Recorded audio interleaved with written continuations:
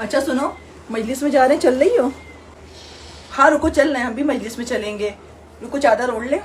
ठीक है फिर चलो, लेकिन तुमने नमाज नहीं पढ़ी। ऐसा करो पहले नमाज पढ़ लो, थोड़ी देर इंतजार कर लेंगे, उसके बाद चलते हैं साथ में। अरे नमाज अब आके पढ़ लेंगे वरना और देर हो जाएगी। पहले नमाज पढ़ लो।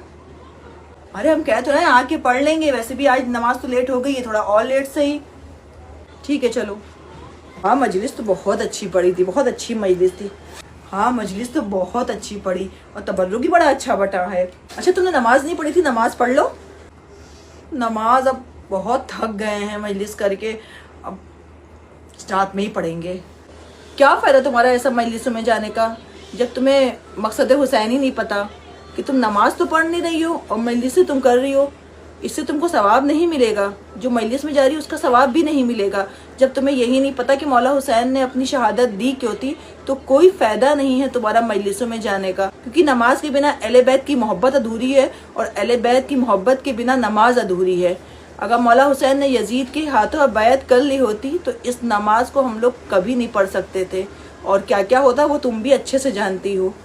तो मजलिस में जाने से पहले कम से कम पहले नमाज पढ़ो। और अगर तुम बिना नमाज के मजलिस में जाती हो, वहाँ से आके भी नमाज नहीं पढ़ती हो, तो ऐसी अज़ादारी का कोई भी फ़ायदा नहीं है, क्योंकि दोनों चीज़ें एक दूसरे के बिना अधूरी हैं। और इसी तरह जो लड़के छुरियों का मातम करते हैं, खमा लगाते हैं, मौला पे अपना खून बहाते हैं, वो भी अच्छी बात है।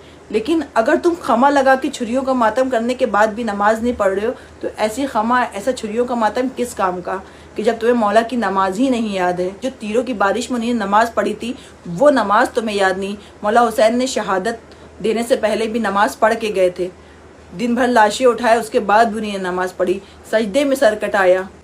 तो कुछ भी करो, खमा लगाओ, छुरियों का मातम करो, मजलिस में जाओ, लेकिन पहले नमाज पढ़ो। तुम सही कह रही हो, हमें मकसद हुसैन को नहीं भूलना चाहिए। पहले नमाज, उसके बाद कुछ और।